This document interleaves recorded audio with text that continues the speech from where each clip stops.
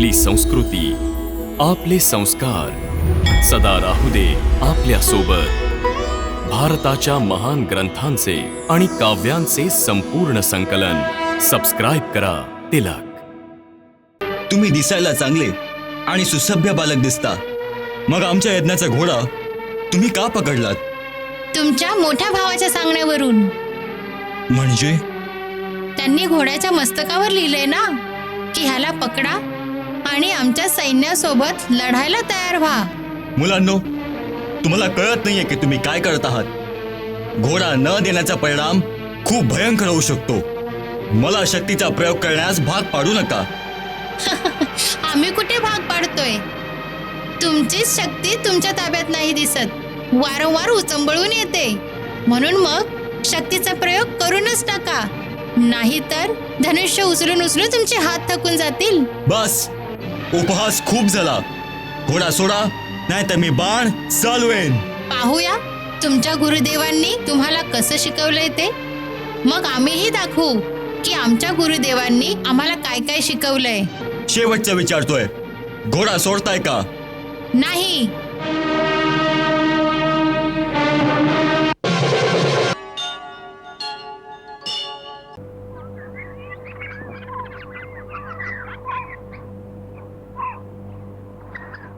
महाराजांचा विजय असो. आज रात्री इथेच छावणी टाकण्यात आली आहे. पहाटेच त्वरित प्रस्थान केले तर संध्याकाळपर्यंत अयोध्येत पोहोचू शकू.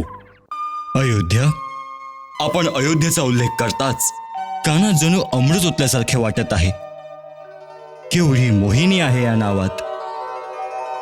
असं वाटतंय की पंख लावून आताच्या आता तिथे जावं. इथे जवळच वाल्मिकींचा आश्रम आहे.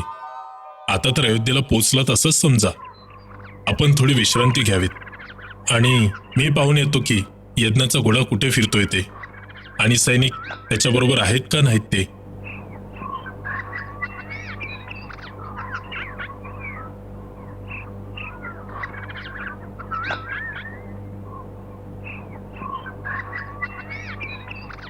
लव दादा, बघ तरी किती सुंदर घोडा आहे.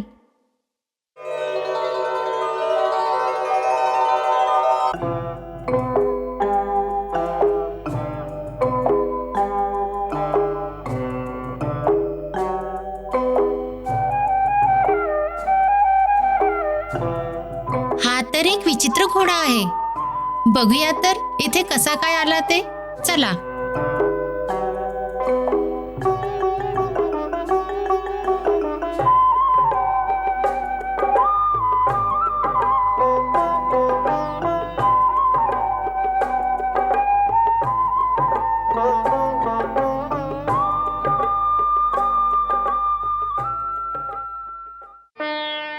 केवढा सजवलेला आहे. ह्याच्यावर हे छत्र का बरे आहे? हा कुठल्या राजाचा आहे असं वाटतंय. पण राजा इतका छोट्या पाठीवर बसू शकतो का? हा राजाच्या पुत्राचा असेल. पण राजाचा पुत्र आपल्या आश्रमात कशासाठी आला असेल?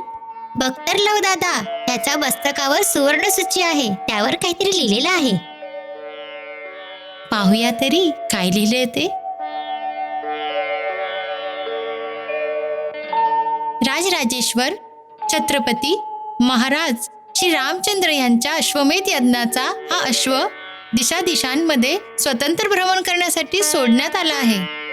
याच्या समोर जो नतमस्तक होईल त्याला महाराज श्रीरामचंद्रांचे कृपाछत्र मिळेल, आणि जो ह्याला पकडण्याचे दुस्साहस करेल त्याला महाराज रामचंद्रांच्या सैन्याच्या युद्धाचे आव्हान स्वीकारावे लागेल.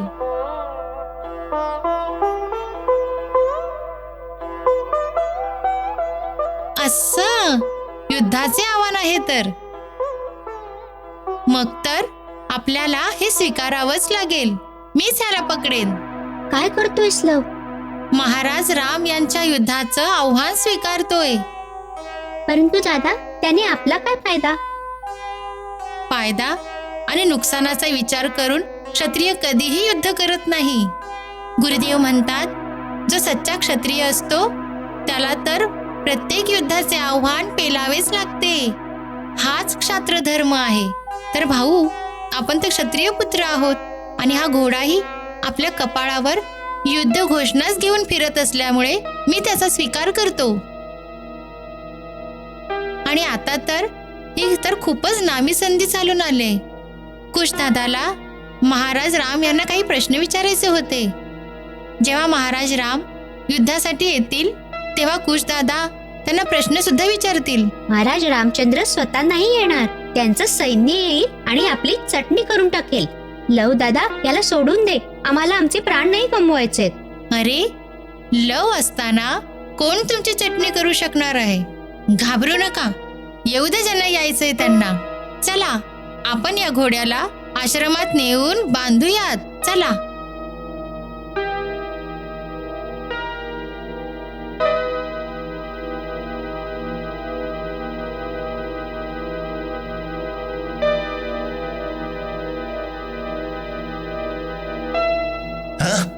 हा घोडा कुठे गेला? काय माहित, आतापर्यंत ते इथेच होता. अरे भाऊ, शोधा त्याला, तो तर यज्ञाचा घोडा आहे. तो पहा, मुलं त्याच्याशी खेळत आहेत. अरे खेळत नाहीये ती तर त्याला घेऊन चालली आहेत. थांबवा त्यांना, चला लवकर. अरे, थांबवा त्यांना. चला, अरे, ऐका ऐका. ना. ए, बघा बघा, सैन्य आलंय, घोड्याला सोडून द्या. चुप, घाबरट कुठला? लव तर स्वतः बरोबर आपल्या प्राणांची पण बाजी लावेल. चला पळा, नाहीतर हे सैनिक आपल्याला पकडतील. चला चला चला, लवकर पळा.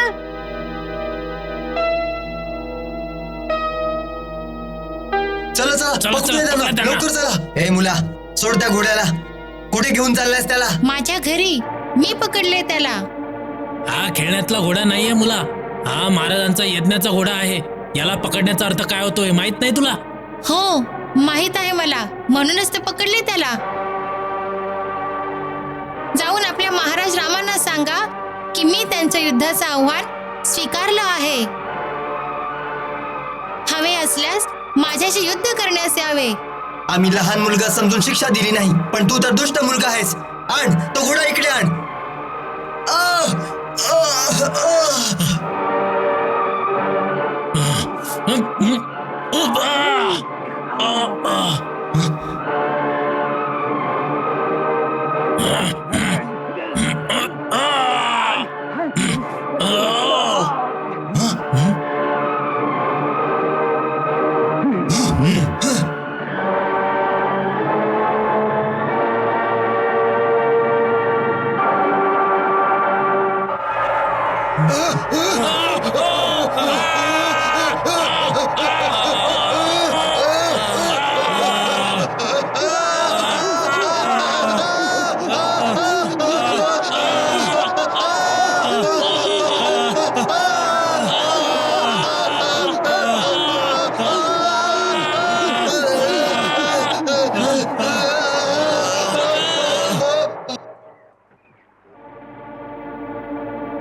काय सांगतोयस?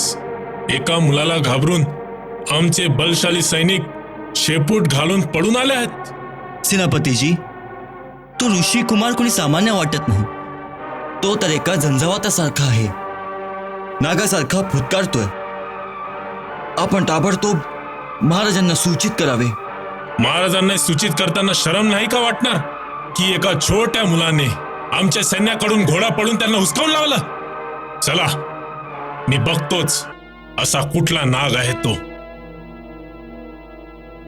कुशदादा, आम्ही लव दादाला खूप समजावलं की घोड्यांना सोडून दे, पण त्यांनी नाही ऐकलं. आणि ज्याची आम्हाला भीती होती तेच झालं. सैनिकांनी येऊन त्याला घेरलं.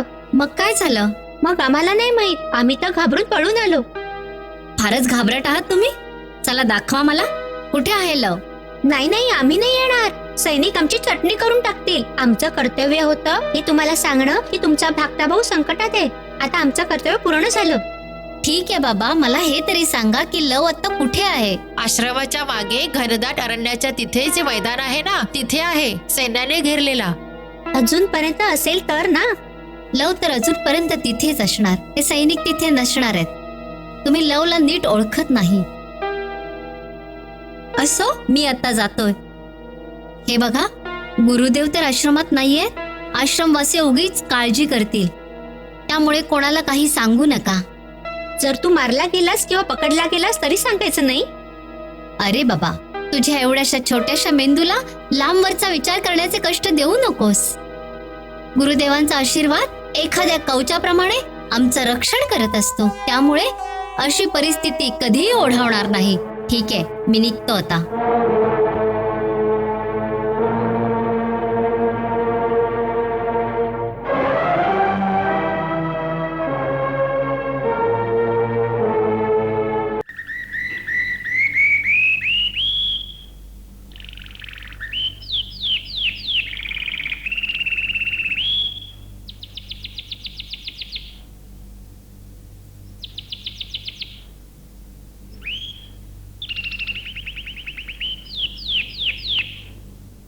सोड त्या घोड्याला.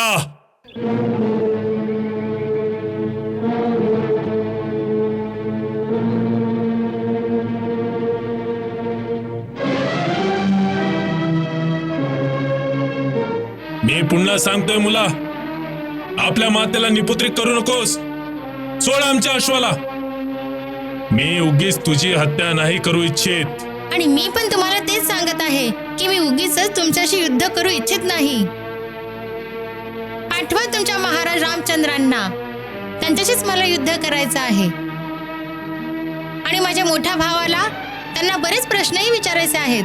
हा, मूर्ख बालका, बंद करी वाय फळबळबळ. मी शेवटचं विचारतोय की तू घोडा देणार की प्राण? दोन्ही पैकी काहीही नाही देणार. मग तर मी दुळी घेईन. आता मला कुणी बाल हत्येचा दोष न द्यावा. हा बालक नक्कीच वधाच्या योग्यतेचा आहे. तुझ्या माता पित्यांनी मला क्षमा करावी. अरे, दोषाच्या आधीच क्षमा मागताय? सेनापतीजी, आधी बालहत्या करा तरी.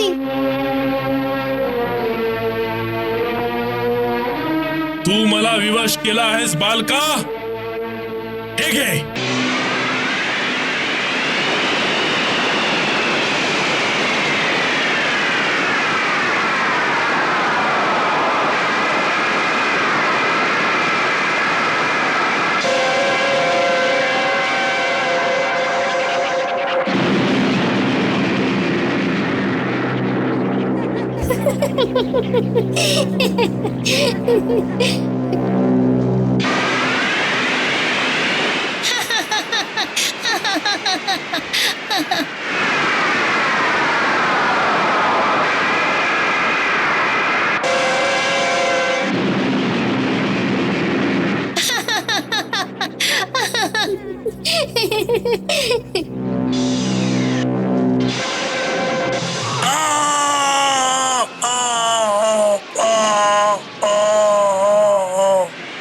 सेनापती मूर्छित झाले. पळा पळा. सेनापती मूर्छित झाले. पळा पळा. सेनापती मूर्छित झाले. लव, दादा, लव, दादा.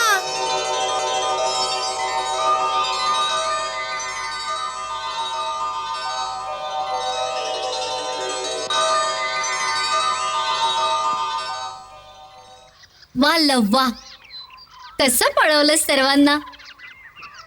परंतु या बिचाऱ्या सेनापतीला जीवे मारण्याची काय आवश्यकता होती? मूर्ख होता बिचारा. आणि मूर्खपणासाठी प्राणदंडाची शिक्षा उचित नाहीये. दादा, मी त्याला मारलं नाहीये काही. मी तर त्याला फक्त बेशुद्ध केलं आहे. पडून राहील 4-5 दिवस मूर्छेमध्ये. पाहिलेस दादा, मी महाराज रामांना बोलावण्याचा सारा प्रबंध केला आहे. आता विचार त्यांना सारे प्रश्न. अवश्य विचारे. परंतु लव, या घोड्याला पकडणं आपल्यासाठी योग्य होतं की नाही? गुरुदेव काय म्हणतील? दादा, वाच तरी त्या घोड्याच्या मस्तकावर काय लिहिलंय ते, आणि मग हा प्रश्न विचार मला.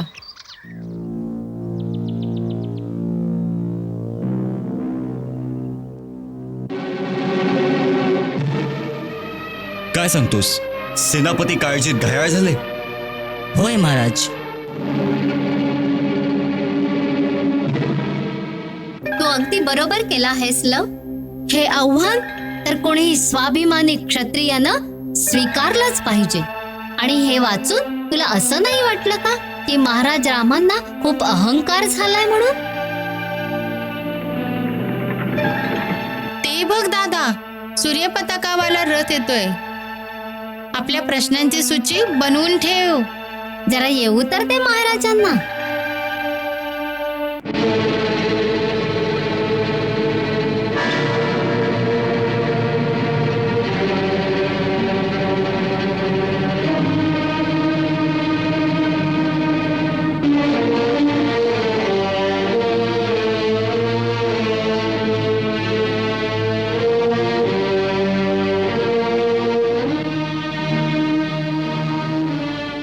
मला असं समजलं की एकच बालक आहे. तुम्ही तर 2 आहात. चिंता नका करू, तुमच्याशी एकच लढेल. आपण हे सांगण्याची कृपा करा की काय आपण अयोध्या नरेश महाराज राम आहात का? नाही. नाही तर मग या तुमच्या रथावर सूर्यपताका लावून का फिरताय? लोकांना फसवायला?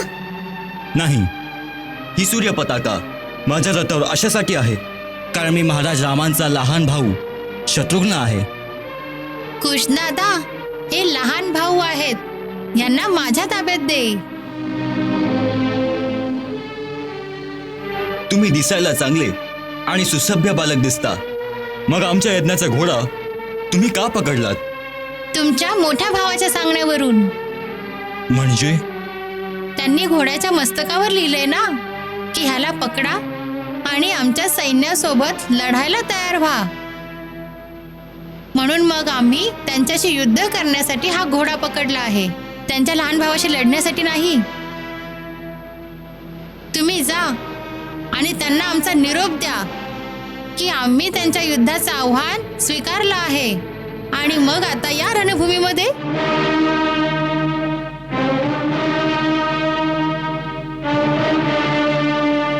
हे पहा, असं लहान मुलांचं बोलणं योग्य नाही. हा यज्ञाचा घोडा आहे, त्याला सोडून द्या. तुमचं हे वय पाहून मला दया येते. मी तुमच्या बाकी अपराधांना क्षमा करेन.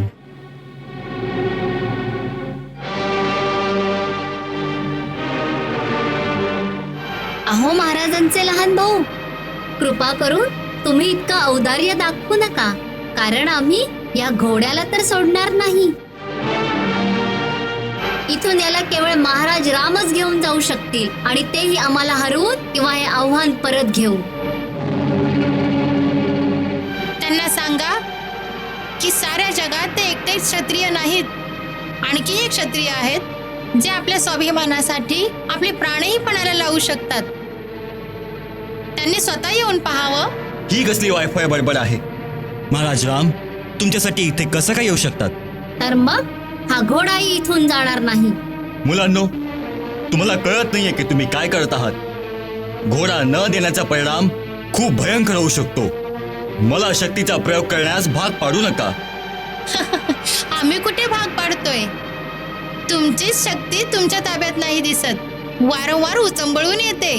म्हणून मग शक्तीचा प्रयोग करूनच टाका, नाहीतर धनुष्य उचलून उचलून तुमचे हात थकून जातील. बस, उपहास खूप झाला. घोडा सोडा, नाही तर मी बाण चालवेन.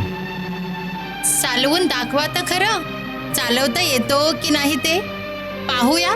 तुमच्या गुरुदेवांनी तुम्हाला कसं शिकवलंय ते, मग आम्हीही दाखवू की आमच्या गुरुदेवांनी आम्हाला काय काय शिकवलंय.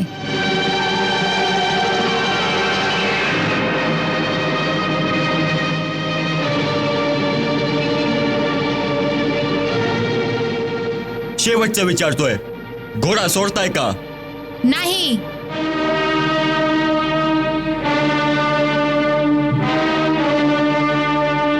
मग माझा नाईलाज आहे. माझं कर्तव्य आहे घोड्याला सोडवणं.